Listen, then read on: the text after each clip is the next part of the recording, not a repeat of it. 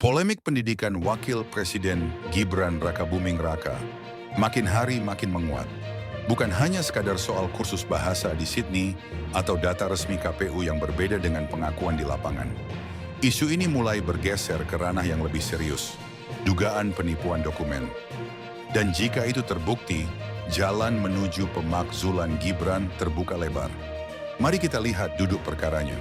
Dalam setiap pencalonan presiden dan wakil presiden, ada syarat administratif yang wajib dipenuhi. Salah satunya soal riwayat pendidikan.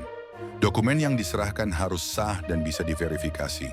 Tapi kesaksian diaspora Indonesia di Australia, Ihsan Katonde, menyebut Gibran tidak pernah menuntaskan studinya di University of Technology Sydney. Ia hanya sempat kursus sebentar di InSearch Language Center, lalu kembali ke Indonesia. Pengakuan ini bertabrakan dengan catatan resmi KPU yang menjadi dasar pencalonan Gibran sebagai wapres. Pertanyaannya sederhana tapi berbahaya. Apakah ada manipulasi dokumen pendidikan?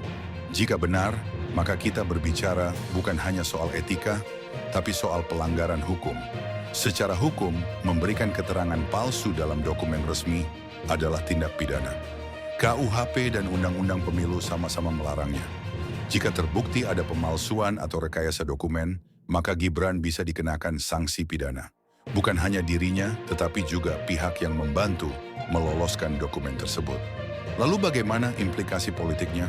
Pertama, tentu saja kredibilitas pribadi Gibran runtuh. Sebagai sosok muda yang digadang-gadang jadi calon pemimpin masa depan, ia justru terjerat isu integritas. Lawan politik akan memanfaatkan isu ini habis-habisan, apalagi dirinya akan maju sebagai capres pada Pilpres 2029 mendatang. Sulit membayangkan publik percaya pada seorang calon presiden jika latar belakang pendidikannya saja tidak konsisten. Kedua, isu ini menyeret KPU ke pusaran krisis.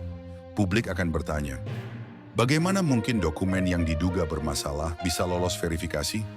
Apakah KPU lalai atau justru ada permainan politik di balik layar? Jika KPU dianggap tidak independen, desakan mengganti seluruh komisioner bisa semakin kuat. Dan ini bisa membuka babak baru ketidakstabilan politik nasional. Ketiga, dampaknya akan langsung mengenai keluarga Jokowi dan dinasti politiknya yang sering disebut geng Solo. Polemik ini seolah mengulang kembali tudingan lama soal ijazah Jokowi. Publik bisa berkesimpulan bahwa keluarga ini terbiasa merekayasa riwayat pendidikan untuk kepentingan politik. Jika narasi ini melekat, maka bukan hanya Gibran yang terkena, tapi seluruh basis politik Jokowi bisa ikut runtuh. Nah, di titik inilah isu pendidikan bisa berubah menjadi jalan pemakzulan. Undang-Undang Dasar 1945. Pasal 7A menyebut bahwa presiden atau wakil presiden bisa diberhentikan jika terbukti melakukan pelanggaran hukum atau perbuatan tercela. Jika pemalsuan dokumen pendidikan terbukti secara hukum, maka DPR bisa mengajukan usulan pemakzulan. MK akan menguji bukti-buktinya, dan jika MK menyatakan terbukti, MPR punya kewenangan untuk memberhentikan Gibran dari jabatannya. Bayangkan implikasinya.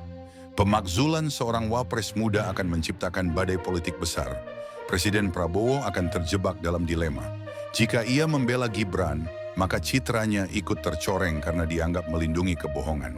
Jika ia membiarkan Gibran dimakzulkan, maka ia akan berhadapan dengan kekuatan politik Jokowi dan para pendukungnya. Apapun pilihannya, stabilitas politik nasional bisa terguncang. Dan jangan lupa efek dominonya. Jika Gibran jatuh, maka citra dinasti politik Jokowi bisa ikut hancur. Publik akan melihat bahwa apa yang diwariskan bukanlah kepemimpinan, melainkan kontroversi dan manipulasi. Sementara itu, lawan politik akan punya amunisi segar untuk menyerang, khususnya menjelang Pilpres 2029. Bisa jadi isu ini menjadi senjata pamungkas untuk menyingkirkan Gibran dari gelanggang politik lebih awal. Tapi yang paling berbahaya adalah krisis kepercayaan publik.